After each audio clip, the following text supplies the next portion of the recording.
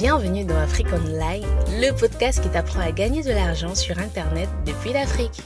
Il est présenté par Gaston Técu.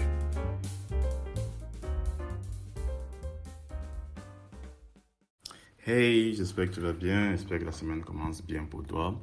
Nous sommes lundi et on a trouvé le quotidien lundi motivation. Aujourd'hui, je vais te parler de l'importance de se réjouir pour les autres. Il y a un passage dans les livres, dans les Écritures qui dit Dieu fait tomber la pluie sur les bons et comme sur les méchants. Il fait lever son soleil sur les gens, sur les injustes comme sur les justes. Et j'aimerais un peu échanger par rapport à ce passage avec toi. En fait, j'ai envie de te dire, il y aura des jours où tu seras vraiment au plus bas. Des jours où j'ai envie de dire que la tempête sera sur ta maison, les nuages sont sur ta maison. Donc ça ne va pas aller.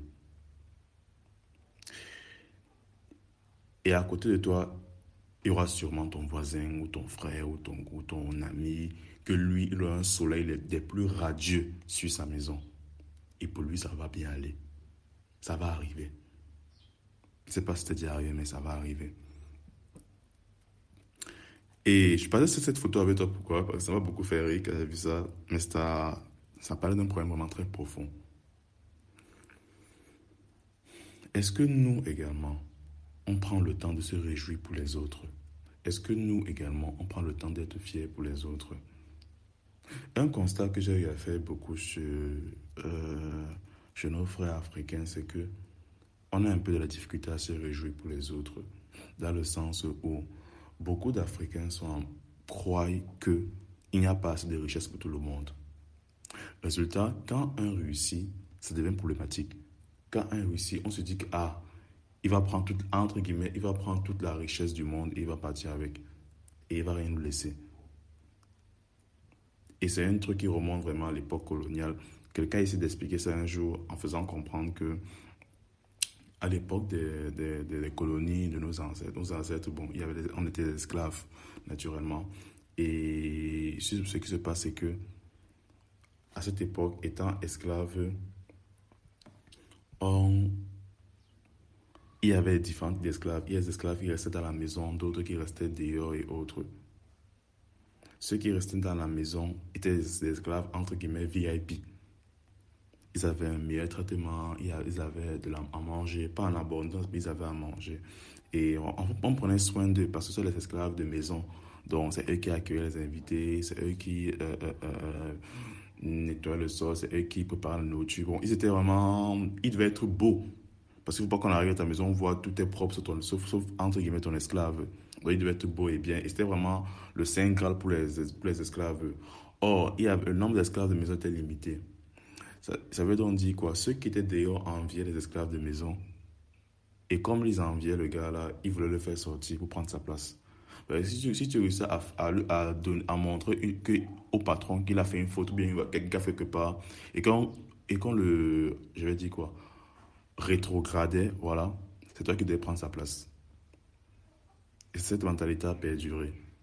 En mode que le noir pense que pour qu'il puisse aller haut dans la vie, il doit rabaisser son frère. Une mentalité qui a duré des générations par la traite négrière et qui continue même à la fin de cette négrière de faire des ravages. Beaucoup se disent encore que pour qu'ils puissent réussir dans la vie, ils doivent rabaisser les autres. Alors que c'est totalement faux. Et ça fait qu'on ne prend plus la peine de se réjouir pour nos frères. On ne prend plus la peine de se réjouir pour nos sœurs. Mais on a gardé la mentalité d'esclave. Mon cher ami, je voulais te parler ce matin pour te dire, apprends à te réjouir pour ton frère et ta sœur. Apprends, lorsque tu vois un projet qu'il a lancé, à partager le projet. Apprends à être content pour les autres. Et il y a assez de richesses pour tout le monde sur la terre ici. Il y en a assez. Ça n'a pas fini, t'inquiète pas. Donc apprends à te réjouir pour lui. Tu vas dire, oh, vraiment, c'est bizarre, c'est compliqué, tout. J'ai envie de dire, moi j'aime beaucoup vraiment la Bible et autres, parce que la Bible apprend que les sentiments comme l'amour, la joie, la paix, etc., ne sont pas arrêtés des sentiments. Ce sont, oui, des sentiments, mais à un niveau, ça relève d'un engagement. Je prends la décision d'être heureux pour mon frère.